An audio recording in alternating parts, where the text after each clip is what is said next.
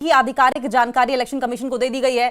Election commission जल्द चुनाव का स्केड्यूल भी जारी करेगा। तो बड़ी खबर सामने आ रही है, उपराष्ट्रपति चुनाव की प्रक्रिया शुरू कर दी गई है। इस्तीफे की आधिकारिक जानकारी इलेक्शन कमीशन को दे दी गई है। इलेक्शन कमीशन जल्द चुनाव का स्केड्यूल जारी करेगा। देखिए, अगर हम राष्ट्रपति चुनाव की बात करें तो एक अवधि तय है कि राष्ट्रपति चुनाव 6 महीने के अंदर अंदर हो जाना चाहिए, जबकि उपराष्ट्रपति के लिए ऐसा कोई नियम नहीं है। और क्योंकि 32 दिन का ये मॉनसून सत्र है और ऐसे में जो प्रक्रिया है 31 से 32 दिन और 11 दिन के अंदर अंदर नॉमिनेशन की, ऐसे में ये दिखाई तो नहीं दे रहा है कि मॉनसून सत्र इस सेशन के भीतर भीतर उपराष्ट्रपति पद का चुनाव हो जाएगा। लेकिन एक बात तो तय है कि प्रक्रिया जरूर शुरू कर दी गई है, तो जल्द ही उपराष्ट्रपति मिल जाएगा। लेकिन आपको बताएं, अभी ऑफिशियल तरीके से इंफॉर्मेशन इलेक्शन कमीशन को दी गई है। इलेक्शन कमीशन जल्द चुनाव का स्केड्यूल जारी करेगा।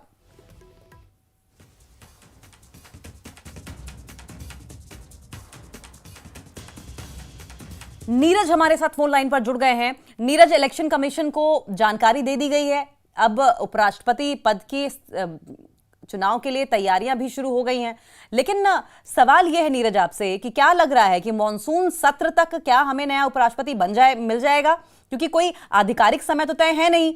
राष्ट्रपति चुनाव के लिए 6 महीने का समय होता है कि 6 महीने के अंदर इलेक्शन हो जाएगा, लेकिन उपराष्ट्रपति के लिए ऐसा कोई नियम नहीं है। बिल्कुल ठीक का पहला आपका सवाल था कि क्या मॉनसून सत्र में भारत को नया उपराष्ट्रपति मिल जाएगा, तो इसका जवाब न ज्यादा है, न की संभावना सबसे अधिक है। इस बात की संभावना थोड़ी कम है, बिल्कुल कम है कि मॉनसून सत्र के दौरान भारत को उपराष्ट्रपति मिलेगा। दूसरी चीज, चुनाव आयोग ने अब से थोड़ी देर पहले आधिकारिक बयान जारी किया जिसमें ये कहा है कि उपराष्ट्रपति चुनाव के लिए आधिकारिक जो प्रक्रिया है चुनाव आयोग में, उसकी शुरुआत हो गई है। और इस प्रक्रिया के तहत 3 काम अभी चुनाव आयोग कर रहा है। पहला, जो इलेक्टोरल रोल है, जो जिसमें लोकसभा के सदस्य और राज्यसभा के सदस्य होते हैं, उनको देखा जा रहा है, उनकी तैयारी की जा रही है। दूसरा ये कि रिटर्निंग ऑफिसर और एडिशनल सहायक रिटर्निंग ऑफिसर को लेकर बातचीत चल रही है। तीसरा इंपॉर्टेंट काम यह है कि पूर्व में जो उपराष्ट्रपति के चुनाव हो रहे हैं उनको लेकर जो आंकड़े हैं वो संग्रह किए जा रहे हैं। तो चुनाव आयोग ने अपने स्तर पर तैयारी शुरू कर दिया। मुझे लगता है हफ्ते भर के अंदर या हफ्ते 2 हफ्ते में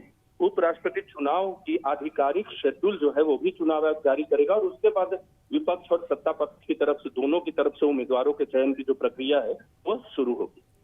नीरज, उपराष्ट्रपति जगदीप धनखड़ की ओर से जब इस्तीफा दिया गया तो ये अपने आप में एक बहुत बड़ा मसला हो गया। विपक्ष ने सवाल उठाने शुरू कर दिए।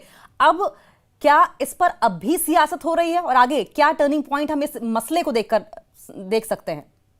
देखिए, सियासत हो रही है। विपक्ष बार बार सत्ता पक्ष पे ये आरोप लगा रहे हैं कि मूल कारण हेल्थ कारण नहीं है बल्कि दूसरा कारण है और उन पर दबाव बनाया गया। विपक्ष के नेताओं का ये कहना और सरकार से जवाब भी मांग रहे, लेकिन आधिकारिक तौर पे अपना इस्तीफा जो है राष्ट्रपति को सौंपा, जो मंजूर हुआ और आधिकारिक तौर पे सार्वजनिक भी किया उपराष्ट्रपति जगदीप धनखड़ ने अपने इस्तीफे के बाद। तो उसमें अपने कारणों को उन्होंने लिखा है, तो उनकी तरफ से जो कारण गिनाया गया वो तो सामने है। लेकिन सत्ता पक्ष और विपक्ष के बीच इस मसले पे राजनीति चलेगी, लेकिन थोड़ा इंतजार करना होगा आने वाले वक्त में, क्योंकि अब चुनाव की प्रक्रिया शुरू होगी।